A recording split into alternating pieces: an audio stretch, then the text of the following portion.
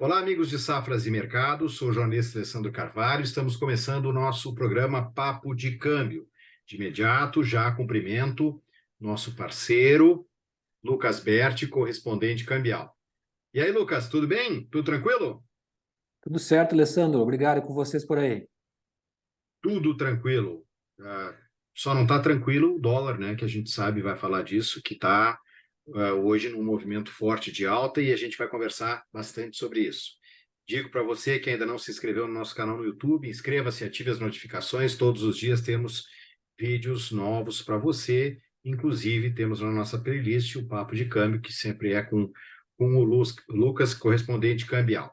E em safras.com.br, conheça a plataforma Safras, todas as informações do agronegócio lá estão, nossas análises, consultoria, nosso trabalho com jornalistas, cotações e gráficos. Bom, Lucas, eu vou compartilhar minha tela aqui do dólar, que está num dia de fortes emoções. Temos aqui a plataforma Safras. Estamos em tela cheia, não, Lucas? Tranquilo aí? Enxergando bem? Portanto, estou enxergando muito bem. Obrigado, Alessandro. Inclusive, você falou esse dólar que não está nada fácil, mas eu diria para quem, né? Para quem está Sim, vendendo, sim, está vendendo lá para o mercado externo, sim. commodities, pagando ajuste que seja, que tenha entrado em proteções cambiais, está pagando ajuste aí negativo, dando risada, porque, de fato, que o exportador quer um dólar um pouquinho mais alto, né? Nós que somos consumidores sempre queremos um dólar um pouco mais baixo no Brasil para não pressionar os preços aqui. Mas sim, dólar subindo Lucas, bem. Lucas, eu só vou largar aqui um título para a tua primeira entrada aí. O dólar está nesse momento em que estamos gravando ainda nesta terça-feira, 4,98, tendo se aproximado bastante da linha importante dos R$ 5. Então, a pergunta que não quer calar é quais os motivos estão fazendo essa movimentação, essa elevação no dólar em relação ao real? Pensando primeiramente, sim, nós estamos num patamar de resistência forte no dólar. Você comentou a respeito do dólar à vista, né? 4,950, 4, desculpa, 985.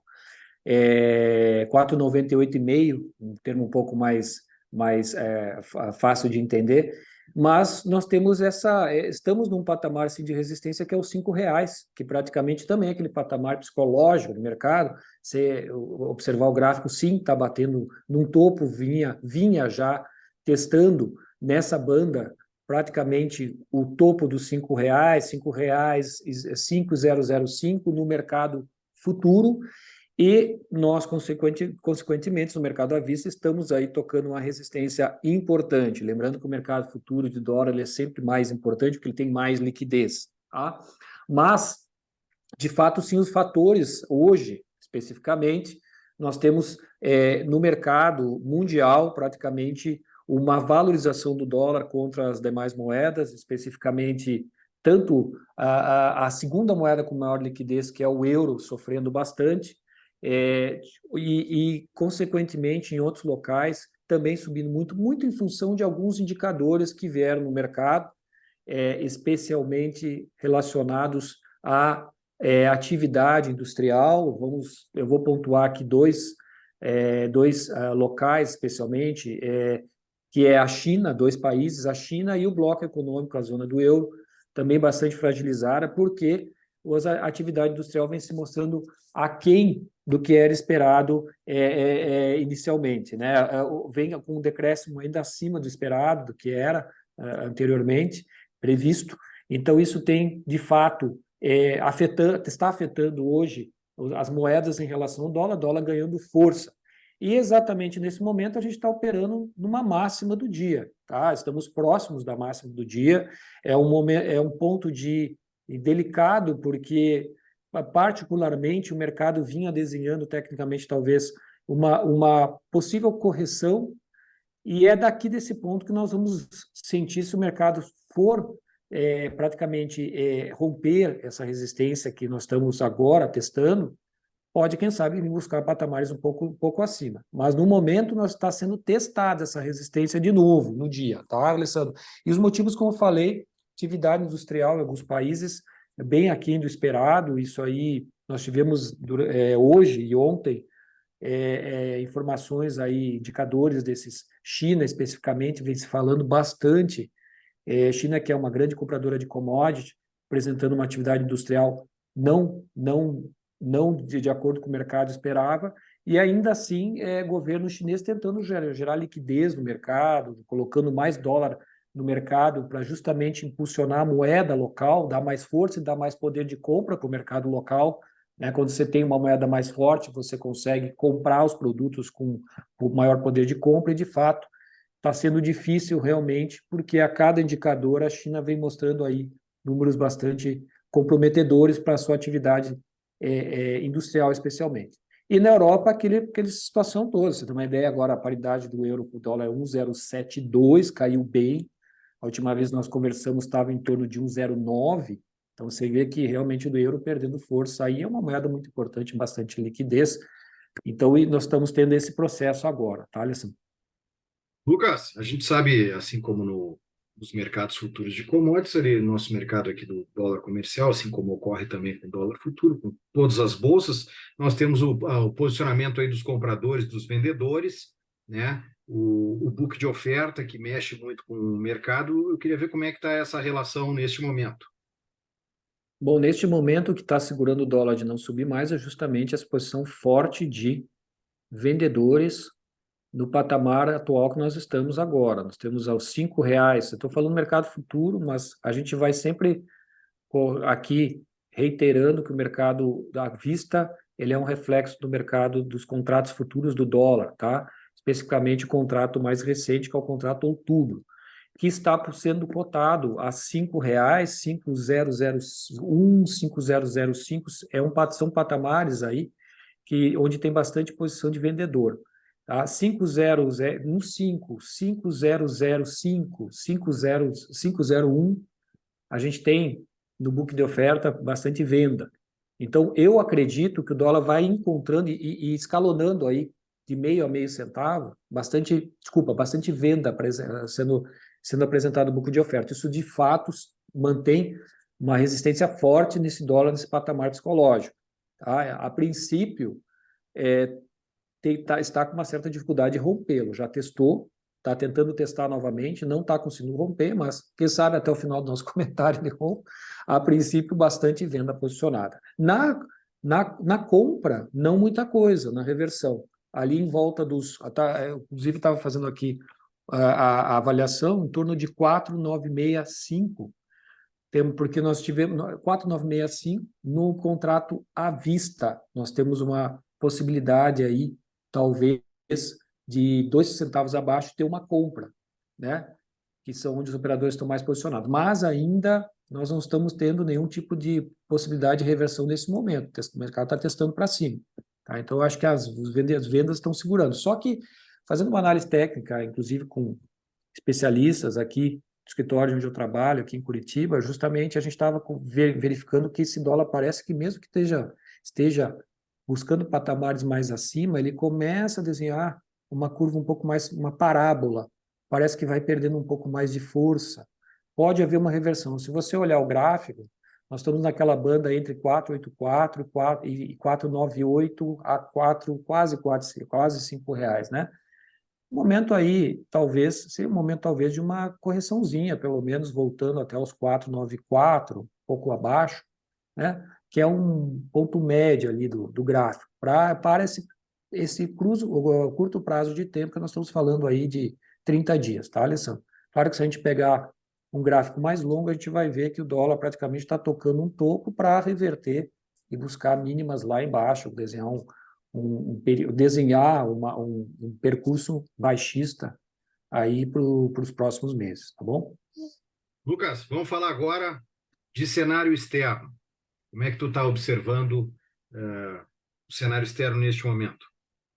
Bom, a gente começa a se aproximar mais da reunião do Fed, nós estamos aí há 2 semanas para termos a Big Quarta, que eles chamam, a grande quarta, né?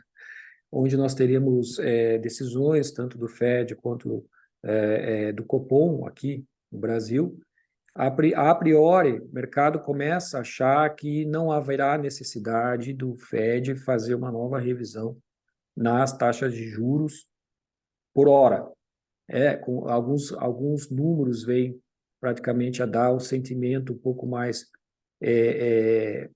positivo nesse processo aí.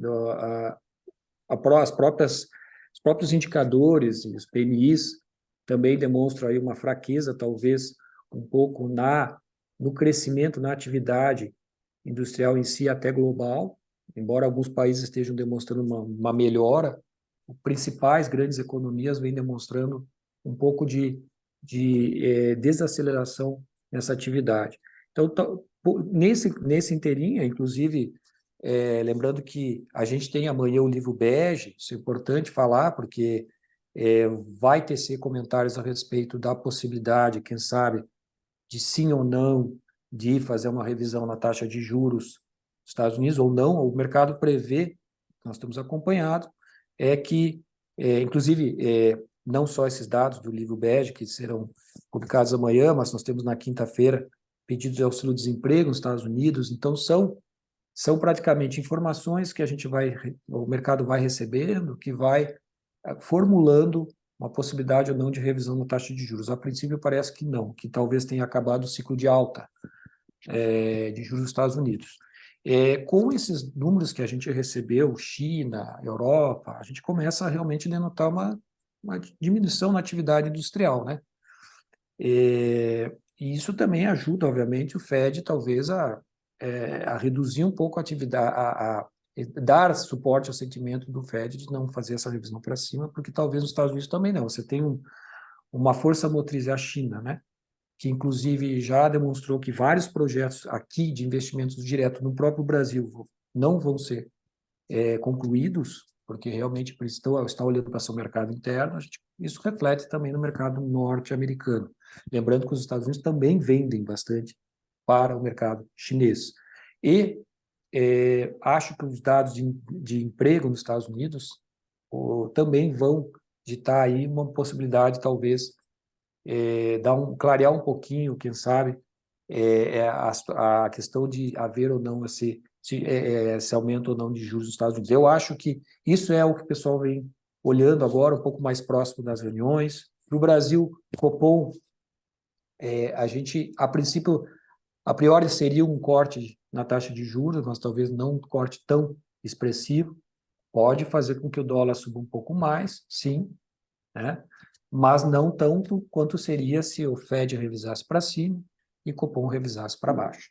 Então, a priori, é isso que tem acontecido. O mercado internacional muito com os olhos, cenário externo, e o pessoal com os olhos atentos à China, né, sobre a sua atividade industrial, sobre a questão de haver revisão ou não na taxa de juros dos Estados Unidos, e também a gente está praticamente olhando aqui no Brasil, um pouco, agora não é cenário externo, como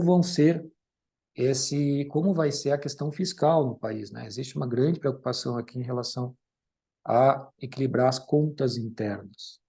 Lucas, para a gente encaixar e encaminhar o nosso fim do nosso bate-papo e enquadrando no que tu está falando nesse momento, o que tu diria aí de tendência para a gente no curto prazo nesse mercado do dólar? Pensando, a priori, como nós estamos vendo hoje, agora realmente o dólar já está testando um pouco mais para cima essa resistência, pode ser, quem sabe, reteste um pouco mais e volte rapidamente, mas a princípio deveria haver uma correção um pouco para baixo, olhando o gráfico, olhando como está essa resistência, então como forte ela está, os níveis do book de oferta, com muita venda apresentada nos patamares já de meio centavo praticamente, a gente diria que o dólar teria uma tendência agora um pouco de reversão, pelo menos para corrigir um pouco, né? Mas nós estamos muito à mercê dos indicadores e falas dos discursos do Fed e alguns indicadores como, por exemplo, também a gente vai ter amanhã, além na quinta-feira, pedidos de auxílio-desemprego, que é importante, e vamos ter o PMI também dos Estados Unidos amanhã. Isso aí também pode movimentar o mercado. Então, a princípio, tecnicamente, haveria uma reversão. Talvez o dólar voltar um pouquinho aos 4,95, 4,94, quem sabe buscar corrigir um pouco essa subida no gráfico. Se romper consolidado, Aí pode vir buscar um pouco acima lá, olhando mais para 5,05, um pouco mais acima. E se realmente os indicadores vierem a fortalecer esse sentimento de alta do dólar sobre o mercado internacional, quem sabe pressiona um pouco mais para cima. Queria só fazer um alerta, Alessandro. Hoje o petróleo subindo muito, né? Você sabe que a Arábia Saudita e Rússia chegaram a um acordo comum de manter os cortes, né, na produção de petróleo por um período mais prolongado, ou seja, enxugar essa oferta de petróleo no mercado por um período mais prolongado que era previsto. Petróleo subindo muito, tá? Isso também gera praticamente o maior custo de compra de países dependentes, né, do petróleo, que compram bastante petróleo. Então, a gente está tendo aí um cenário agora que tende, eu acho, talvez corrigir um pouco a moeda aqui no Brasil, mas temos que ficar atentos a esses indicadores que podem, quem sabe, mudar de uma hora para outra o rumo da moeda, quem sabe um rally um pouco mais agressivo para cima. Esperamos E que como não. tu, Tecnicamente, Lucas, como tu estavas falando quando eu te interrompi para colocar essa pergunta da tendência sobre as questões fiscais no Brasil também, que isso o mercado também está acompanhando com interesse, né? Muito interesse. sim, com certeza. Existe uma preocupação, embora o governo tenha declarado que está bastante otimista, confiante de que vai equilibrar as contas até o final de 2024, mas nós não sabemos dos gastos extras, eles não são basicamente muito bem apresentados. Existe uma preocupação enorme aí que o governo consiga equilibrar as contas. Isso vai, sem dúvida, também influenciar o comportamento do dólar aqui no Brasil, né? Especialmente a confiança do investidor no mercado brasileiro, porque o investidor lá fora ele é bastante atento a isso, né? Ele quer um governo estável, um governo que não gaste muito, um governo que utilize os seus recursos, né, de forma sem praticamente sem super gastos muito exorbitantes. Então isso aí de fato gera um certo tipo de temor no mercado internacional se a gente não souber controlar isso. A princípio nós temos uma tentativa aí do governo, quem sabe, equilibrar no ano que vem as contas. Lucas, muito obrigado. Tens algum recado final? Não, Alessandro, acredito que é isso. Acho que poderia dizer em relação às outras semanas, estamos num ponto bem flexível, sensível aí da moeda. Os cinco reais é um ponto bastante psicológico, né? É um patamar psicológico, é um patamar que começa a gerar temor para aqueles que não querem que suba e para aqueles que não querem que caia, né? Então, a gente vai ver aí o mercado, acho que talvez possa ter uns repiques mais agressivos, né? Tecnicamente teria que voltar aí, tecnicamente, para, quem sabe, ter uma correção de 5 centavos, um pouco mais, mas a gente pode ter surpresas aí nos próximos dias. Vamos acompanhar. Em breve a gente tem mais um Papo de Câmbio. O meu recado final é que as nossas redes sociais estão todas na descrição do vídeo e como chegar até o Lucas Berti também está na descrição do nosso vídeo. Assim como também na descrição do nosso vídeo, e esse é o meu recado final, nós temos os nossos cursos deste mês de setembro. Eu destaco os links estão todos lá na descrição do vídeo. Temos curso online Mercado de Opções Milho e Soja, 26 e 27 de setembro. Curso presencial Trading School Milho e Soja, 28 e 29 de setembro. Curso online Comercialização de Milho e Soja, 28 e 29 de setembro. E ainda vem aí o sexto Safras AgriWeek, que será realizado nos dias 19, 20 e 21 de setembro. Como chegar, está tudo ali na nossa descrição.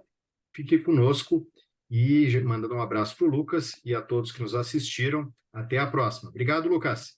Obrigado, Alessandro. Até a próxima.